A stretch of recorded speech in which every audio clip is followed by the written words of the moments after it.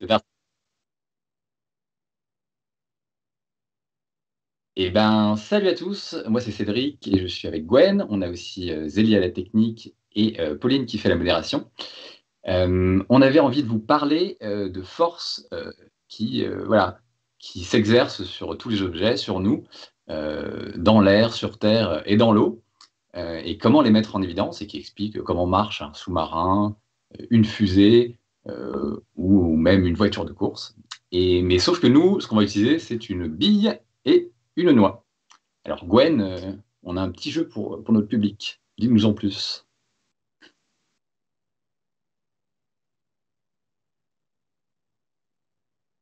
Gwen, es-tu là?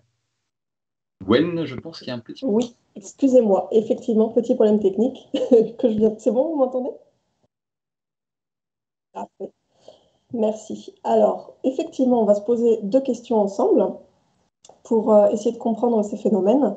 Et donc, la première, c'est dans l'air. On va faire chuter les deux objets en même temps. Lequel des deux arriverait le premier en bas? Et ensuite, la deuxième question, quid de l'eau? Dans l'eau, est-ce qu'il y en a une qui arrivera la première en bas? Et laquelle? Et donc, si vous avez déjà une petite idée, vous pouvez le partager dans le chat et Pauline nous fera un petit récap après les manips de vos réponses pour voir si vous aviez bien deviné. Et Cédric va vous montrer les expériences.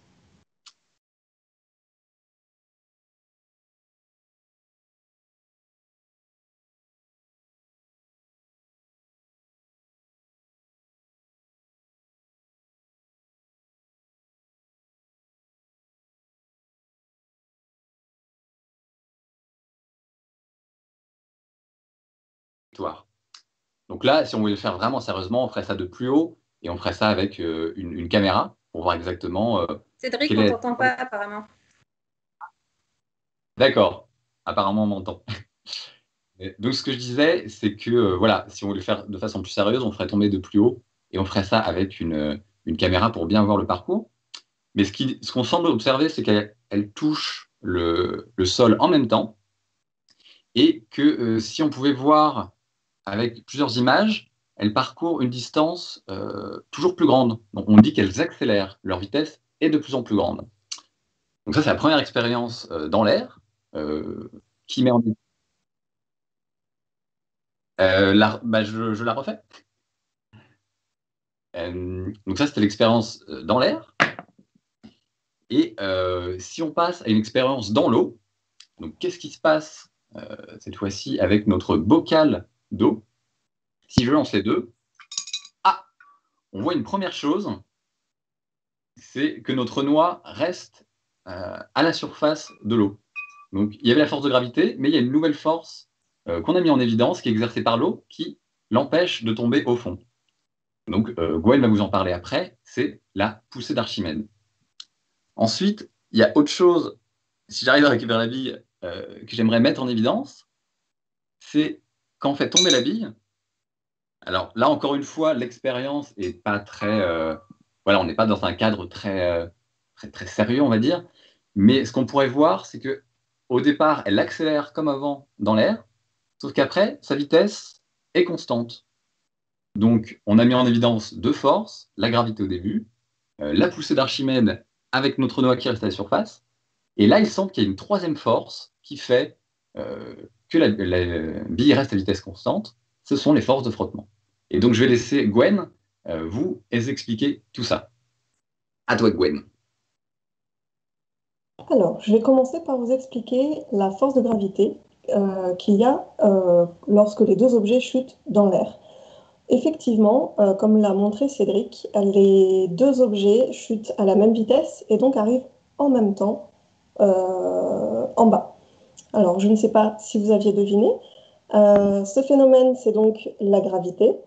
Et en fait, cette force de gravité est proportionnelle à peu près à la masse de l'objet. Donc, en fait, on a une force de gravité qui est plus importante pour la bille, qui elle est plus lourde. Mais par contre, on a aussi le phénomène que, comme la bille est plus lourde, elle demande plus d'énergie pour se mettre en mouvement. Et donc cela se compense un peu quelque part.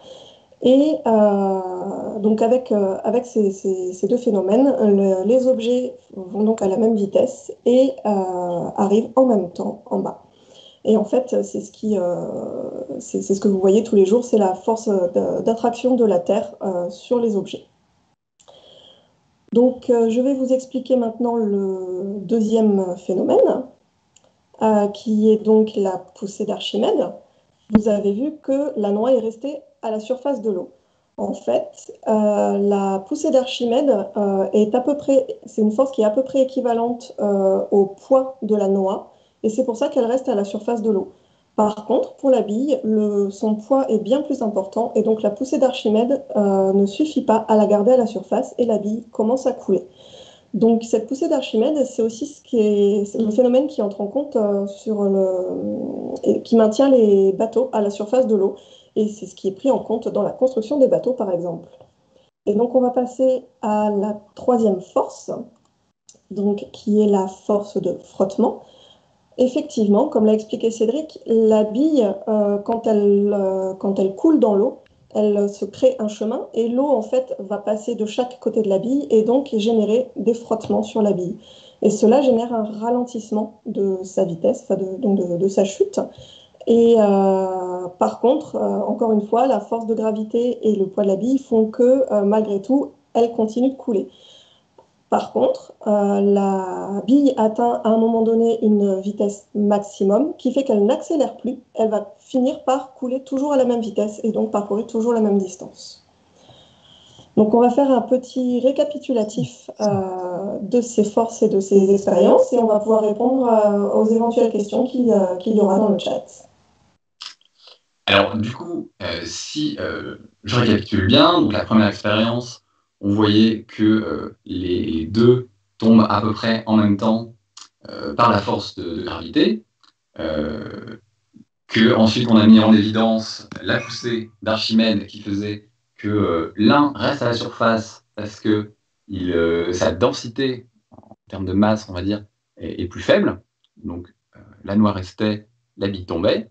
Et le dernier qu'on a mis en évidence, c'est que la bille, elle, avait à un moment une vitesse qui se stabilisait parce qu'il y avait la force de frottement des fluides. Alors, j'ai vu une très bonne remarque dans le chat de J'aime les sciences qui, à un moment, disait au tout début, la noix va tomber plus lentement parce qu'il y aura plus de force de frottement sur elle. Alors, je ne sais pas, sûrement qu'il y aura plus de force de frottement parce que sa forme est, voilà, est pas sphérique. Et c'est très intéressant parce qu'en fait, justement, dans la première expérience, on avait aussi la poussée d'Archimède et les forces de frottement fluide qui s'exerçaient. Mais moi, avec mon instrument de mesure qui était très basique, mes yeux, eh ben, je ne le voyais pas, parce qu'on dit que c'est négligeable dans ces cas-là. Je pourrais même ajouter, Cédric, Ouais. qu'il existe des vidéos d'ailleurs qui montrent effectivement, là on a utilisé des objets qu'on avait à la maison, mais il existe aussi plein de petites vidéos sur Internet qui montrent la même expérience avec par exemple une balle de golf et une balle de ping-pong qui font la même taille et on observe les mêmes phénomènes. Et alors, nous avons une question très subtile aussi de modératrice qui nous demande est-ce que si la bille avait fait le même volume que la noix, si du coup, si elle aurait fait chuter plus lentement? Et alors, c'est une excellente question et pas facile. On s'est bien fait avoir en préparant l'exercice. C'est qu'en fait, si la bille avait un plus grand diamètre, elle aurait chuté plus vite, en fait, et pas plus lentement. Donc c'est un petit peu... voilà, là, c'est pas facile à comprendre. Il faut vraiment se pencher un peu longtemps dessus, mais c'est parce que les forces de frottement vont être proportionnelles à la surface de la bille, alors que le poids va être proportionnel à tout le volume. Et quand on augmente du coup le rayon de la bille, en fait, son volume va beaucoup plus augmenter que sa surface, et donc il y aura beaucoup plus de poids que de force de frottement en face, donc elle va couler plus vite. Voilà. C'est pas simple du tout, on s'est vraiment bien fait avoir là-dessus. Donc, merci pour cette question, modératrice. Et si on n'a pas d'autres questions, on va peut-être pouvoir laisser la place à notre groupe. Et merci à vous. Et merci à tout le monde.